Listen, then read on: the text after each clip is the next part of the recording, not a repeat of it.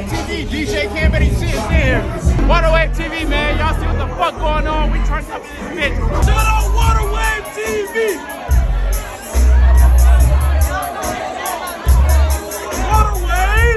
Waterwave TV. Waterwave up in this bitch. Man, shout out to Waterwave. We do this shit all the time, bro. Waterwave in this bitch. Yes, AC sir. in this bitch. You know the fucking vibes, man. Waterwave, you know what it is. Hey, big Waterwave. Big Waterwave. Waterwave.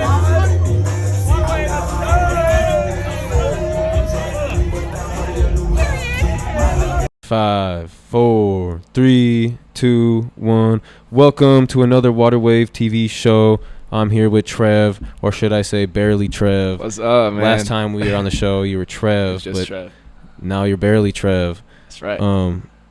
Before, I guess, what is Barely Trev before we get too deep into it? Man. Like, what is Barely? Like, how did that become an attachment to your name? Honestly, like, people ask that a lot, and I wish I had a deep answer for them. Mm-hmm. Like, oh, it just, like, meant a lot to me from something. But honestly, the whole thing was just, like, search optimization of Trev. Mm-hmm. Like, when you search up Trev on Spotify, like, 50 people pop up. So I was like, dang, I need to add something. Mm-hmm. And actually, with Matthew, I was sending him, like, 40 names at one point. We're just like, Barely sounds kind of smooth. So that's what we went with. That's cool. Yeah, that's smart, because a lot of people do have just, like, the similar names. Like, of like, how many Trevs is there going to be? Right, so that does make sense. Crazy. But yeah, thank you for coming on the show. Back in Minneapolis for a little while, so we had to get him in here before you left. Yeah, man. For those that might not know who you are yet, you want to give them a little background, where you're from, where you went to school, maybe? Yes, sir. Yeah. Barely Trev here. I grew up in Andover, Minnesota. Went to school at the U of M. So I was in Minneapolis the last 4 years, and then about a year ago, actually just moved down to Charleston, South Carolina. So been living down there for the last year. Came up this week to visit. Had to hit up my dude and was like, we got to get one in. So yeah, definitely got to get one in. How was it like growing up when you were younger? Did you have a lot of musical influence around you? Honestly, not really. Not really. My family's not really into music. I think the only musical influence I had was, I think it was like 4th or 5th grade. My parents forced me to be in like the church choir for a year. And I was like, I despised it so much that I think like one time I just like refused to sing. Like I just stood up there with my mouth closed, and then they were like, all right, you don't have to be in it anymore. So that was like that. And then up until like high school really was like the first time I started dabbling in like writing like raps basically in the back of the class, as most rappers start off, I feel like. So that was kind of how it came about. But I think it just more so came about from just my love of guys like Drake and Wayne and listening to those cats in middle school and up. So that's kind of how it started off for me. But cool. When you went to college, what did you go to school for? I guess I should ask first. I went to school for marketing. Okay. Yeah, marketing. So I got my marketing degree about a year ago. And for me, like, I love business, right? But I also love seeing how you can translate it to the music side of things. So kind of like bridging that gap between like what you think of traditional marketing and then how to market yourself as an artist and as a brand has been really cool. So that it's been cool to put that to use outside of just my day job, you know? Yeah. I say, going to marketing and then obviously with music definitely helps with this day and age. Everything's marketing. You got to market yourself. Yeah. But like when you originally went to college, did you have that dream of being a music artist, or were you going to college to get a degree to work somewhere in a marketing field? Like, where were you at, I guess you could say? I mean, I've always wanted to do just music, you know? I think the hope was always like, I always wanted to get my degree. And it was more so like, hey, we'll just see what happens. Like, that's kind of always been my mindset, is like, I'm going to keep making music and having fun with it and see what happens. And then last year came to the point where just like had a good opportunity to like keep working and like start making money, and but like also the flexibility to keep doing music. So it's really the best of both worlds, man. Like, obviously releasing an album this past year while working, like, doesn't seem like it's been a burden for me yet, having a job. So yeah, we're kind of just taking it like a day by day as everyone else is, you know? Yeah. When you first started like uploading to YouTube, like I'd say, I don't know if it was your earliest video, but it was like probably like 2 years ago of you just like playing the guitar or whatever, like to YouTube. Did you think like that type of video was going to lead up to like what you're releasing now? Like, did you think it would maybe happen that fast or at all? Like, did you kind of think it would do that? Man, honestly, like, I say yes and no. I say yes and no. Like at that time, you were like after you uploaded that, you were like one day this is gonna be like a Found Me video. You know what I mean? Yeah. Or were you just doing it and that was just like what you were just pushing? I think it was like, hey, I'm gonna put this out and just see what happens. And like, it was almost like a lack of any expectations. Like I was like, hey, it could blow because like, I'm kind of cold. I think like I'm kind of good. You know what I mean? But at the same time, it was like I'm not gonna have like these crazy expectations for myself and just be like let down when something doesn't happen. So it's more so cool now to just like look back at some early stuff and be like, dang, like I could stop now and myself 5 years ago could look at me now and be like, oh, like you kind of made it, like he kind of like did some cool stuff along the way, you know what I mean? So it's cool to like look back like that and reflect and just kind of take a step back sometimes. That's dope. Your music video game took a big leap, like from when I first met you. Like, I mean, I feel like when I first met you, your music was really, really good, and then I was like, he just needs some visuals. Like that's how I felt. That's like right when I first started doing the water wave stuff. I was like, he's just super hard, but he like some visuals would help him a lot because I only seen your YouTube page. But then now is like all the people you do videos with like have obviously just leveled up a lot. Like the Found Me video, that's like one of my favorite videos out of like any Minnesota artist. I feel like in the past like year or so. Yeah. So like, is that like your crew of people that you would do videos with now, or is that you just work with whoever? Yeah, I mean, I still work with whoever, but you kind of gotta vet them out a little bit, you know. But a lot of people that like have done some of those main videos, like Found Me, like 3 Words, West, like Sawyer Bryce is like a super dope like creative that I got to connect with in the past couple years. The guy who did Found Me was actually like from Andover, but he lives out in LA. His name's Mike Dusenka. And so when I was out there, like we were recording Found Me out there, we were like, yo, we have to do a video. So I literally flew back out there like 3 months later and did a video with this guy who does like a lot of video work and stuff. So I'm like always down to work with new people, but it's more so like now that I've put out quality visuals, it's kind of like, okay, you got to kind of keep them quality now, right? Yeah. The most recent one that we put out, Ditto, was actually a guy from college that shot it, and he had shot a bunch of my older videos, but like we kind of both just been leveling up at the same time. Like he's been like, he got crazy with it the past couple of years, like all this new equipment, just like cinematography wise, like super cold with it. So like we kind of got to link back up 4 years later and shoot another video and just like see the progression. So it's been super cool. Yeah, it has been super cool. Before we get too far in this podcast, I don't have any with us, but we have a sponsor, Northern Chill. I don't think you've had it before, haven't you? I've never tried it, man. Damn, I wish I had it with me, but we ran out. So I always see it on. I always see it. But I gotta shout it out at least for the audio listeners, even though you can't. The visual listeners can't see it. Yeah. But make sure you come get Northern Chill at the Waterwave TV store. We will have it in stock. It's just got delivered yesterday. Yeah. But instead of that, we have White Claws. If you want one, that's for you. If you want one. Word. But instead of Northern Chills, we got White Claws in the building tonight. Shout out White Claw. Man, but I appreciate it. That's our next sponsor we're trying to get is a White Claw or a seltzer. that'd be fun. Or make our own seltzer. Shit, you seen Nelk? Hey, do you follow Nelk at all? Oh, they came out with their own seltzer, yeah. Oh, word. Yeah, it's called Happy Dad. For real? Yeah, it just released like 2 days ago. Dang. I love when people do stuff like that, like Lyrical Lemonade coming out with lemonade, and like I love when people just like think outside the box with it. Yeah. What about there's a lot of rappers that come up with like weed brands and shit like that. Oh yeah, that's right. That's right. I feel like Waterwave can make a killing on some like sparkling water, some like LaCroix type stuff. We're trying to make a drink. I can't spill too much information, but we're trying to set up a drink right now. It's just a lot of meetings that need to take place, I guess you could say. I got you. And then to figure out the right places to get it made, like the right distillery, factory, and whatnot. All the steps. The bottles and shit, and where it's all coming from, where all the ingredients are coming from. Right. But I want to take actually, since we were talking about the album a little bit, you want to talk about it? It's called, how do you pronounce it? Rump. It's called Are You Empty Love. Are You Empty Love. Are You Empty? I would always like read it as Rumped Love. Like Are You Empty Love. What was like the inspiration behind that name, I guess, then to start with it? Dude, yeah. So like I love the fact that like people didn't know how to pronounce it almost, you know what I mean? Because it was just like, it's almost like a conversation starter. Yeah. But Are You Empty Love, I came up with the name like 2 years ago. Like I maybe only had 2 or 3 songs done on the project, but I had like the name ready and I had the vision for it, you know what I mean? But the name I thought of at a time when it was like 2 years ago now.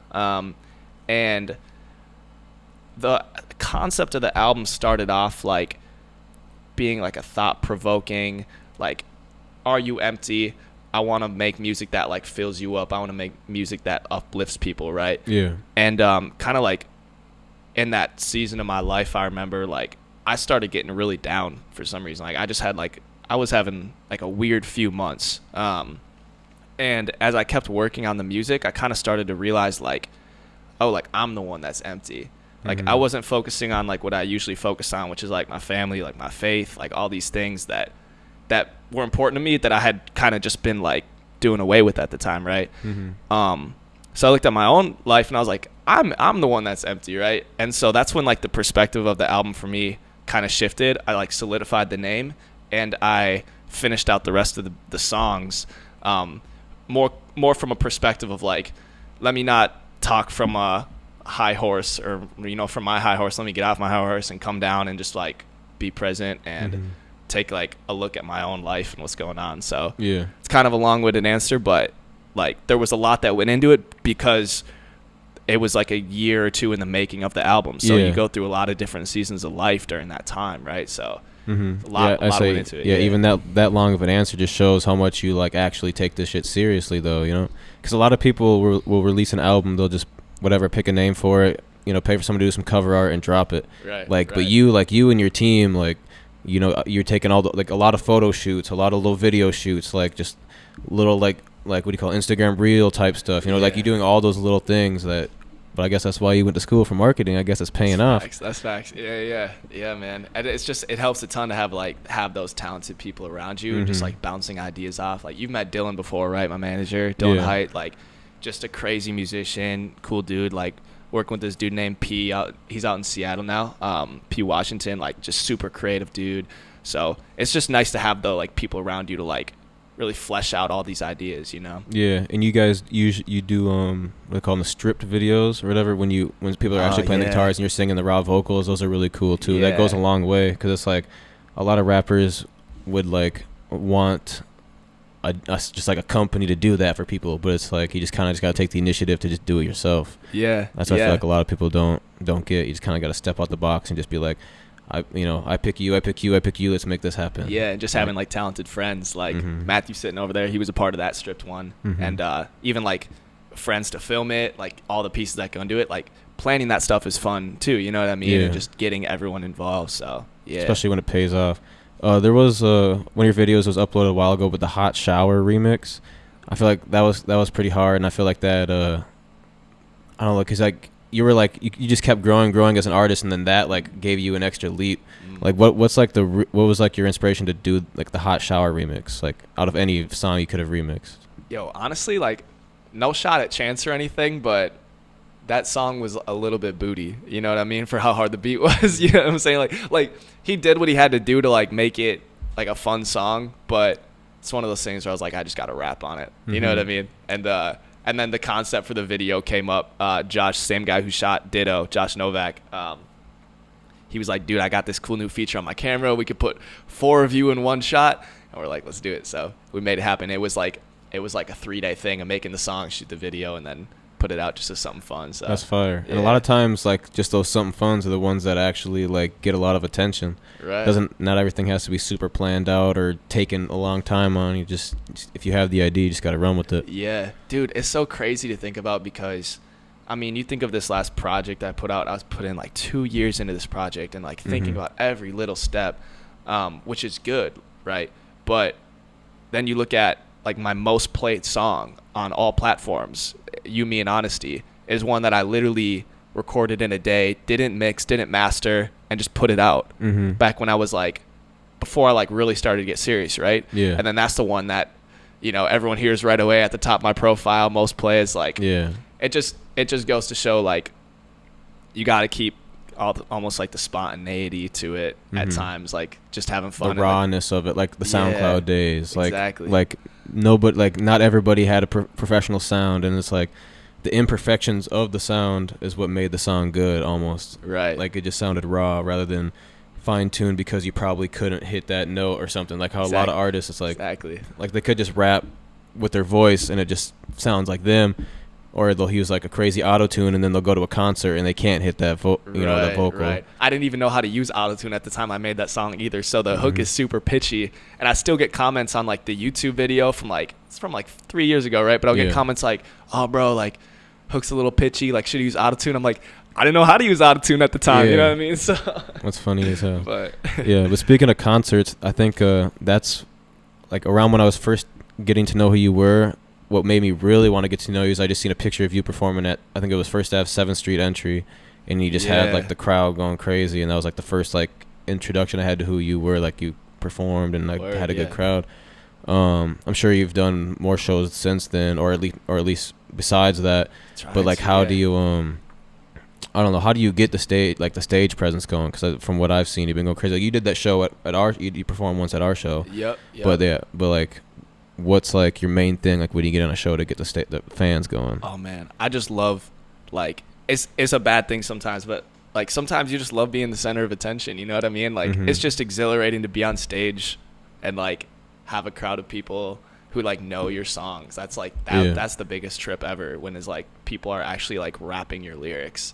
But I just love performing. Like there's just no better feeling than like just going absolutely nuts, jumping around, because where else do you get to do that? You know what I mean? Especially to your own music. Yeah. And so man, that show at 7th Street was like, it was crazy. It was like a Monday night.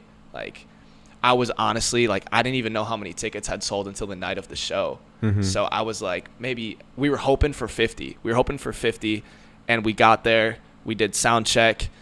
It's like 30 minutes before doors were opening, and they came up to us. They're like, like, congrats on like good ticket sales. You sold like whatever it was, like 150, 60 tickets. And we're like, so we didn't even know it was gonna be like that lit until like 30 minutes before we went on, and then it was just crazy, bro. That's kind of how it always is with our shows, because we rarely do pre-sales. But like recently we've done like a couple shows of pre-sales, but usually it's just like, come get the $5 to get in at the door or something like that type of shows.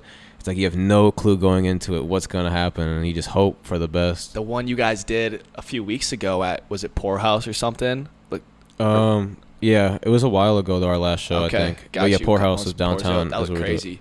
Yeah, that's our like favorite place to do shows, but they got like super booked up, so we couldn't even get in there recently. That's why we luckily got in with 7th Street for Jake's show. Yeah. But that's still not even till August, because it's just super booked, and it's on a Wednesday, so it's not even like it's a super nice night. But like you said, on a Monday, you had a good ass turnout too. Yeah, they don't be giving like weekend slots really to local acts as much. They are now because of COVID, I think though, or like since it was shut down for so long, they know there's so many local acts that are out here trying to do shows. Yeah. Because we talked to them about bringing like a bigger named artist to like go there, and they were like, "Oh, we're only renting it to local shows right now." That was what they said. Interesting. So at least they're doing more for the local scene, you could say. Yeah, we're trying to get we're getting one locked down right now, like on the low, but sometime in like September probably. Yeah. We're throwing around a few dates right now, so that's gonna be crazy, man. I'm trying to make it back up for your guys's. Like all the people on it, like Jake, Trayson, right? Calvino's on it. Wilson, and then Ominous the Monster. I don't know if you ever heard him. I've heard his name. He's pretty hard. And then his friend Tony Dent. They like have a combined set together. But yeah, that's gonna be fun. Minneapolis Drew's on it too. Drew too. Yeah. Yeah, it'll be a really fun show. Oh man, that's so fun. It's so great to have shows back. I know. It's honestly like what we do it for. Like, you know what I mean? Like, that's like one of the main things, like why you make music is to be able to perform it at a live show. And like why we do our brand, one is to help the Minnesota music scene, and how we help that is by throwing shows, because that grows our brand, helps artists on the show. So it's like that was a big thing that we were missing for a long time. Right. And it's good to have it back. It's huge, man. I love what you guys do. Like, I think the first time I was like really tapped in was like 2 or 3 years ago, when you did like the top Minnesota artists or something like that. Yeah. And like that was hilarious, by the way, because like you put obviously a lot of work into it, but there's like more than 25 artists in Minnesota, so it's just like funny seeing people's reactions and stuff. But you like put me on it, and I was super rattled, because I was like, I didn't know like anybody even knew who I was. You know what I mean?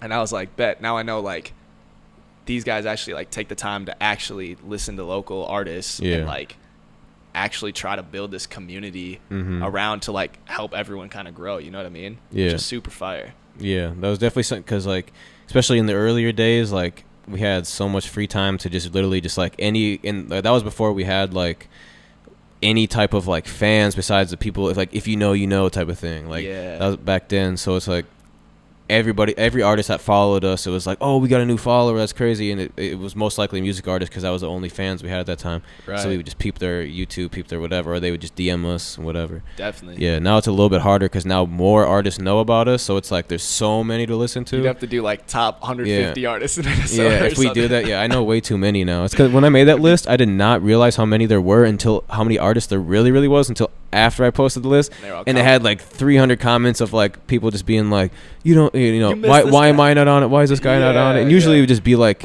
their home, like them posting on their story, like telling all their followers to like go comment on their page and said they forgot me or something. But like it was just a lot. I was like, damn. So then that's why I haven't done it in a while, because I'm just like, it's too much. And you just know too many people at this point. Yeah, right? I have another plan for it. I can't spill too much, but some type of like.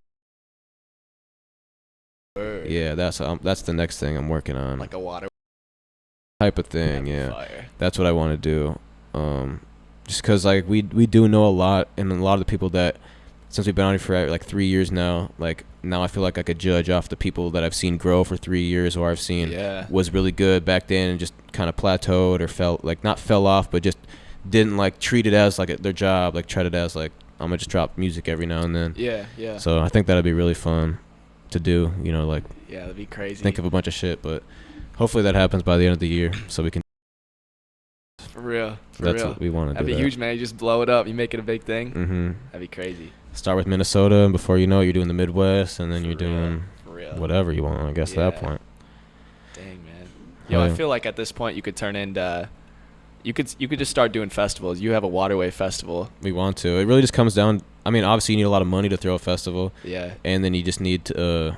Because you got to think of, like, security and, like... I don't know, regulations and stage crew and stages, lights, cameras, speakers. Like, there's just some, like, it just keeps going. And then you think about, this has to be a place to go to the bathroom, has to be so much water, there has to be so much boom, boom, whatever. Yeah. But you just start small and work your way up. Right, yeah. We want to do an outside show. We've only thrown, like, outside parties where we had some performers, but have, like, a straight just show. Yeah. Yeah, that'd be really fun. Hopefully we could do it around this area. For real. Now that Soundset's not there, That'd be cool. I'm going to Summer Smash, the Lyrical Lemonade Festival. Oh, word. Yeah, I've never. It's a 3-day festival. I've never gone to one. Where's that at? It's in Chicago. Okay. It's like near downtown, but not in downtown. Like a little bit away from it. Tight. Have you ever gone to any festivals? Honestly, no. Mm-hmm. No, I've never been to Soundset. I went one time when I was in high school. Okay. I've always wanted to. I just for some reason never made it out. Mm-hmm. Like going to a Lala or something like that would be super fun. Yeah. I think I'm gonna try to hit some this summer though. Yeah. Because I'm sure there'll be even more to be announced. Because it's just time. Festivals are popping up everywhere now. It's crazy. That's why I had to get the Summer Smash one. One because it's we can drive there. It's only probably like a 6-hour drive or whatever. Yeah. And then I'm trying we bought VIP because I'm like I need to get as close as possible to being one step away from getting let backstage to vlog and interview artists and shit. Yeah. And I feel like if there is one that would fold, it would be that one because because it's a little bit smaller because it's Lyrical Lemonade, but I've interviewed or talked to a lot of people that are affiliated, that are from Chicago, that are affiliated with a lot of people in Lyrical Lemonade. So that's definitely our goal. People are getting kind of tapped in now.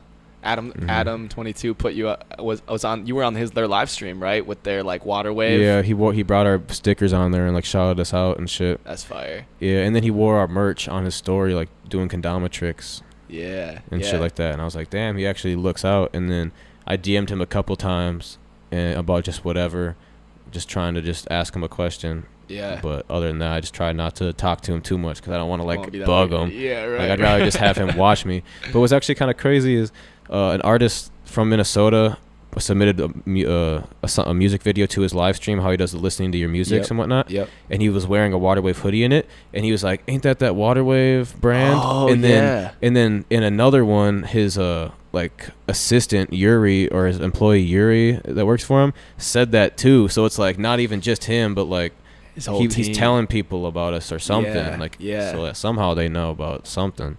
That's crazy. So I'm just hoping that if I go to LA, or I could at least pull up, if not do an interview, but just pull up to the shop and chop it up with them for real. That'd be huge, man. Because we've grown a lot since when we first met. Yeah. That's I big mean, you guys are expanding so much from what I see, like outside of just like it's like a hub, but then you got the shows, the podcasts, the live streams, the store. You know what I mean? Yeah, like it's so much stuff. Yeah, the store's the newest, but it's a lot of work. Oh yeah. But yeah, going back to the concerts though, is there any concert that you went to that like kind of maybe who you perform after, or kind of like seeing them, the way they ran across the stage or the way that they did that, that you were like, that's kind of where I got that from? My first ever concert in high school was at 7th Street Entry, and it was Super Duper Kyle. Oh, okay. And that was like he did the thing where he brought like the surfboard into the crowd, and you know how like small the ceilings are, so it was so packed. Like it looked goofy, but it was just so much energy. That's crazy. He was at 7th Street with it. Now he would need the main room now. For real. Yeah, and just like seeing like just jumping around, like just all the energy that goes into it. That was like, I want to start performing, and that was like 11th grade, I think. That's cool. That was like my first concert, so yeah. That's fire. And then you got to perform in the same stage as him. Same spot. It was surreal. He must have been manifesting it pretty hard to that time. Real. Like, I think so, man. He was just Main thinking stage about next. it too much. Main stage next. Main stage is definitely up next. Is there what do you do outside of the music? Do you have like a separate business venture you're trying to push besides like Trev the rapper? Yeah. Or is there like anything else you got going on? I've been writing. I write for Banger the Day. It's like a music blog based in LA. So I do like press releases for different artist releases. Just like write articles and stuff. Like I've been like able to do some for like Jake and some of those guys, and That's like cool. for some of those drops. So that's super cool, and I've been doing that for about a year now, and just made like a ton of connections that way. So like that would be really cool to get into and just like kind of keep pushing it up. Like I just interviewed I got to interview The Holiday recently a few months ago. Okay. He's like performing at Lollapalooza, like a bunch of those spots now. We interviewed John Batiste, the dude on Colbert, and then he wrote all the music for that Soul, the Disney movie. Oh wow. So a bunch of like really cool people that like you just get to connect with through that stuff. So it's like cool being on the other side of things, and then like just being able to make those connections musically also through it, you know. Is there any like speaking of connections, like anybody you would like love to work with? Like is there like a top 3 that like artists that you would, if you could pick to get in the studio with? That's a tough, because I could rattle like 100. I feel like. What's like, I guess, rattle like what type of music, I guess, or is it just everywhere? I feel like it differs for like the type of music I'm making. Like if I'm just making like a banger, you know what I mean, or just like a rap song. It would be really cool to work with. Like I put out a song with No Big Deal. He's like super cool. Like he's like a Christian hip hop artist. But like kind of work with that whole squad, like John Keith, like even like an Andy Mineo would be crazy. Like some of those guys would be super cool. But like on the flip side, with the more like kind of alt indie rock side of things, man,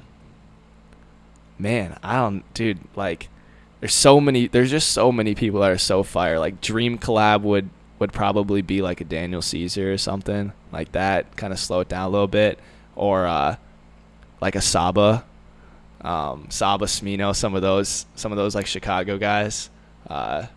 Shoot, man, I don't know. Maybe I'll just throw it out there and throw it out into the air and see if it happens sometime down the road. But yeah, man, ton of people. It just feels like, because I feel like my music varies so much, it'd be cool to kind of have someone in each of their respective lanes on different songs. Yeah. What would you consider yourself, like a rapper, like a music artist, like R&B? Like what would you consider? I just say like pop at this point. Okay. You know what I'm saying? Like, yeah, I say pop, I guess. Yeah, I think a rapper second, like pop artist first. Yeah. What did you do first? Like when you first started making music, did you rap on the first song you ever made? Did you sing on the first song you ever made? I know it was recorded over at his house. Yeah. It was like it was rap for sure. Like I was only rapping. That song had like a little singing hook, but yeah, it was like I started just rapping, and I've never been that confident in my singing until the last like year or two, maybe. Like I wasn't that good of a singer, and I'm still not like great, obviously, but like I can sing enough where I'm like actually confident in it. So it helps a little bit. What do you think of like the overall music scene, like just like the just overall music scene, not just the local scene, but like the way that SoundCloud shaped like a lot of rap, and the way like I guess you could like I won't even like mumble rap, but that's been around for a long time now. But just like that, I don't even know like the new Detroit stuff that's coming out. Like, what do you think of just like this stuff? Yeah, it's just like really freelance at this point. I say. Yeah, I think it's crazy because I'm like I love it. Like I love that music's always like evolving, right? Yeah. Like I think it's super cool. A lot of like the new like even if you think of a new like Ian Dior, like they're not really small, right? But like Kid Laroi, but they're getting into the more like it's going back to like almost like alt rock, even like Machine Gun Kelly, Mod Sun, going back to like the punk rock side of things, and like I feel like it's just evolving so much, and like one singular genre isn't even it anymore, right? Like people are just blending 3 or 4 different sounds into one thing. It's like I think it's cool. I think on the flip side, it with like more access to recording, like I've had so many conversations about this, like even myself is part of the group, but that I would group into this, but like it's so easy to record now that I think kids that are like 14, 15 are just like putting music out, you know, like because they can just record it so easily. And I think that can diminish the quality a little bit, but like for me, like I just didn't have a place to record when I was writing, so I had written 100 to 200 songs before I even got in the studio to record one. So I was like picking my best song out of all those. So it's like I think you need like there needs to be some space to practice first, right? But I think it's so cool like that there's 14, 15-year-old kids making music at the quality that they're making it. Yeah, definitely. And it's like, what am I doing with my life? Like I'm 23 over here, like shoot, man, I gotta they started early. Yeah, it's but it's like you got more experiences to talk about though. They're just rapping about what they've heard in other songs almost. You know what I mean? When you're that young, like you're just kind of almost like singing karaoke at that point. Like you're just rapping about what you've heard, not about what you've lived. Right. So and I think that's the only difference I'd say with the young and the older. I think another part of it too is like with such fast come ups, like people have one song come out, blow up, and then like all of a sudden you have like all these offers to come tour because you blew up, you know what I mean? But like you've never performed before, so you find yourself doing these huge venues, but like you don't have performing experience because you blew up so fast. Whereas like, so I respect the dude like Jack Harlow or something who's like done all these tours, like had like a legit come up before he blew up. So now when he goes on this giant tour this year, he's gonna have performance experience. Like he's not gonna be like scared or nervous up there, you know what I mean? So like I've definitely been to shows where someone blew up real quick and they were up there like you could tell they were visibly nervous because they haven't performed that much before, you know what I mean? Is there anybody in Minnesota that you want to work with really bad, like any producers, or not really bad but like you would like to work with, like any producers or any music artists that you haven't got to work with yet? A lot of people, man. Like obviously the whole Water Wave gang is like I haven't worked with a lot of those. Obviously like Jake a few times, right? But like a lot of those cats, man. Shoot, we yeah, man, I just feel like it's so deep. Like there's so many cool producers that I don't even know about. You know what I mean? But even the dudes over at like 11th Ave, like they're super cool. Like definitely want to work with them more. But yeah, man, I'm always open to just like meet new people and connect. Like, Definitely. Yeah. Did you see that? I think the XXL freshman list 2021 was released like today or yesterday. Oh, for real? I didn't see it. Yeah, I'm pulling it up right now. I haven't looked at it yet. I seen it. I was scrolling through it, but yeah, I got it right here if you want to look at it. Let me check this out. Oh yeah, you got it right there.